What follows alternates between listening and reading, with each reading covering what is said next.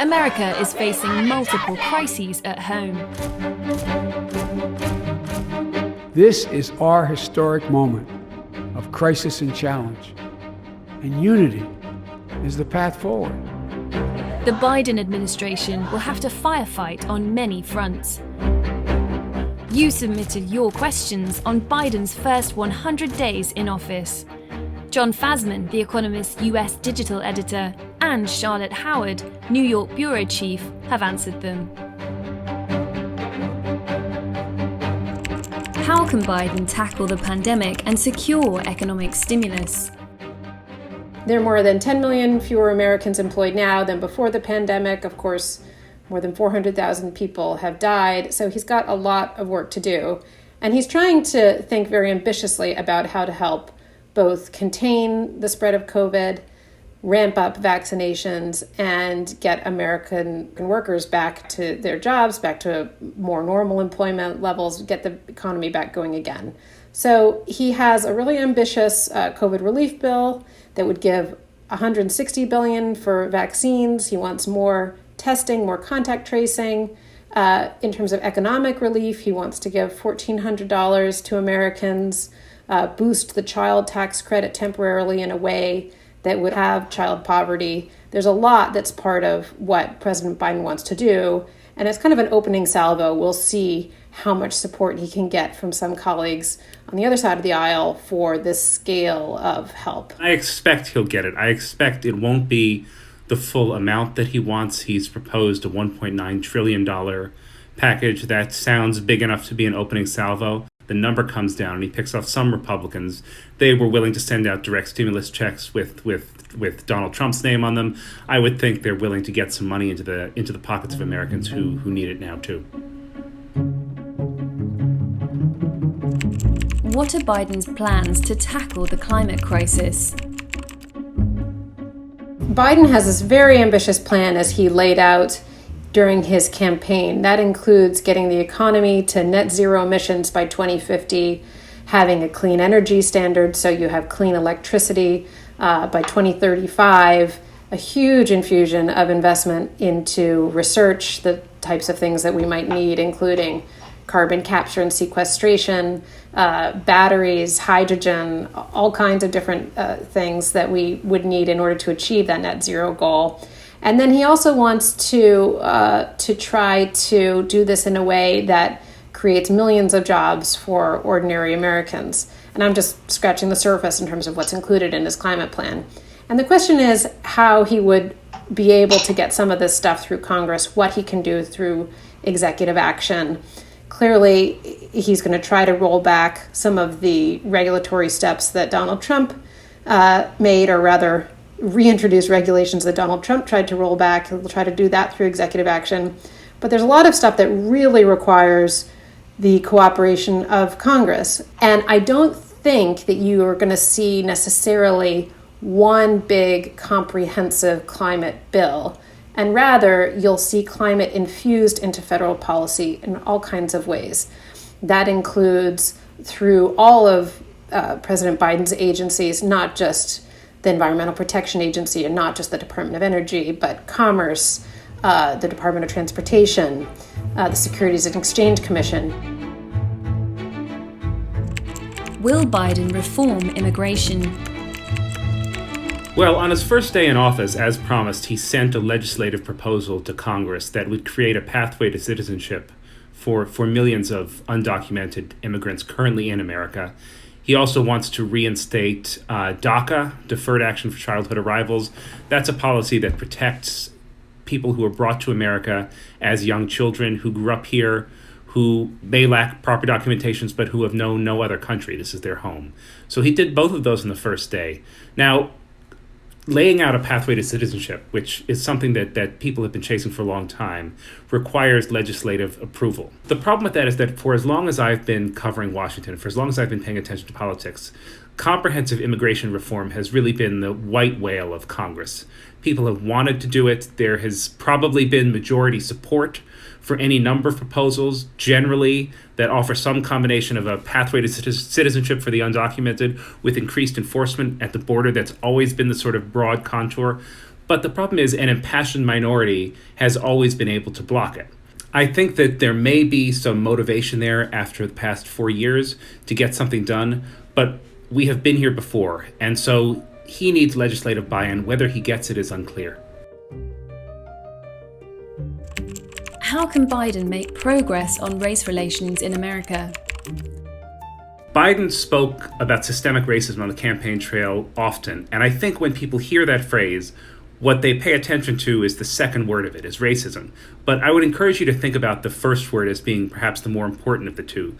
Systemic racism refers to racially biased policies that function absent the active malice of anybody implementing those policies. That is, because American policymaking has been so steeped in racial bias for so long that there are inequities that get baked into the system and you really have to root them out. And so I think what the Biden-Harris administration will do is, in every policy that they enact, is just pay attention to those unintended inequities that are perpetuated by any policy they propose. So, for example, nobody would come out and say, as a matter of policy, we have to give COVID vaccines to white people first. But if you decide to give out vaccines through pharmacies, which is, I think, what America plans to do, what should be done, and there are too few pharmacies in majority minority neighborhoods, as there are, then what will happen is that white people end up getting vaccinated at a greater rate than non-white people. To avoid that happening, you need to actually pay attention and set up policies to stop that from happening. One of the executive orders that Biden put through was to set up a COVID equity task force to say, look, we know that there are systemic biases across multiple systems.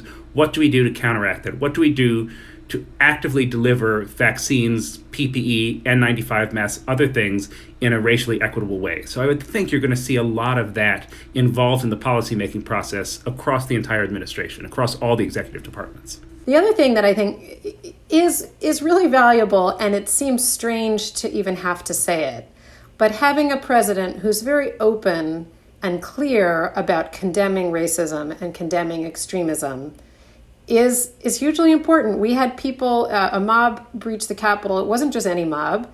It was a mob bearing Confederate flags, and it was a mob wearing shirts with anti-Semitic slogans.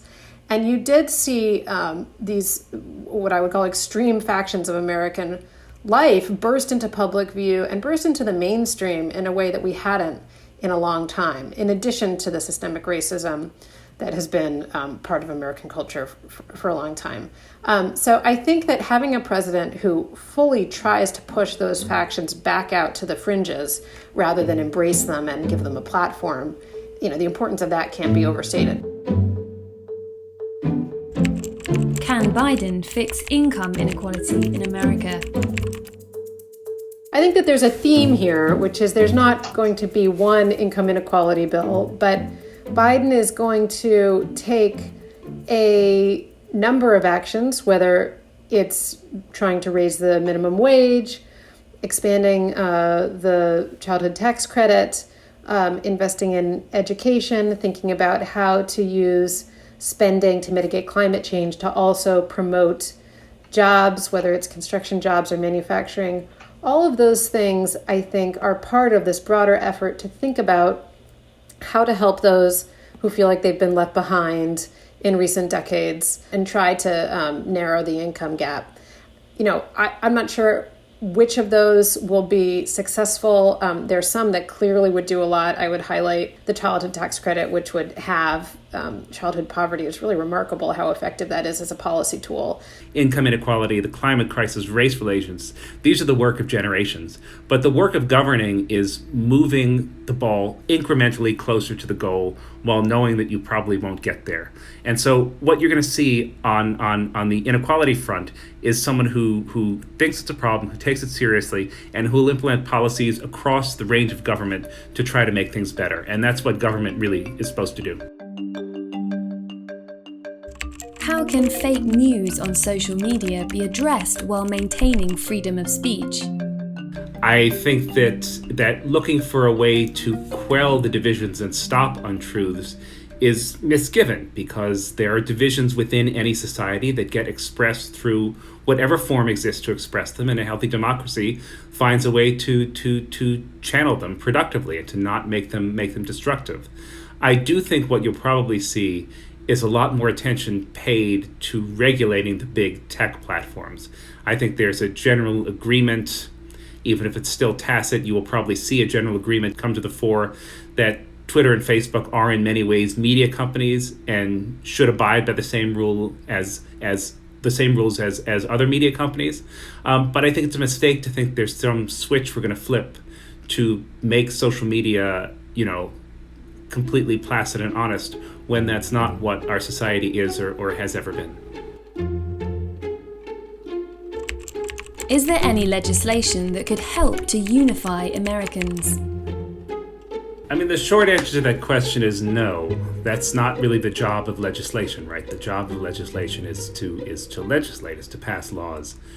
And I think the question of unity is a bit of a red herring. I think what people should hope for is not unity, because there are genuine disagreements about policy, about culture, about the right way to live, and a democracy has to entertain those disagreements, and those disagreements are perpetual.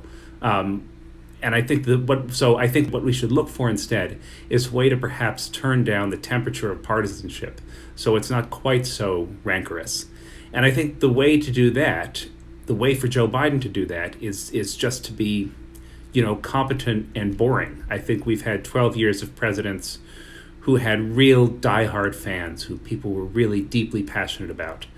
I don't get the sense that Joe Biden inspires that same level of love and devotion, and I think that's a good thing. I think it would be good if Americans, instead of thinking of the president as the embodiment of some sort of national ideal or as a savior, thought of him as, someone they hired to do a job for a few years, and if it doesn't work out, they'll hire someone else.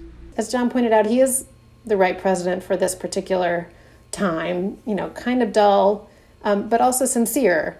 And I think that we'll see how much he can get done. We'll see whether he's able to forge the type of bipartisan compromise which his team claims he can. But I think that in many ways, given a very, very difficult challenge, he's probably as best positioned as we could hope a president would be to try to move things forward. When he gave his speech on Inauguration Day, where he spoke about how the task of trying to bring Americans together is his big task as president, and that his whole soul is in it, you felt that he really meant that. I'm John Fastman, the Economist U.S. digital editor. You can read our latest coverage of the Biden administration by clicking the link. Thank you for watching, and please don't forget to subscribe.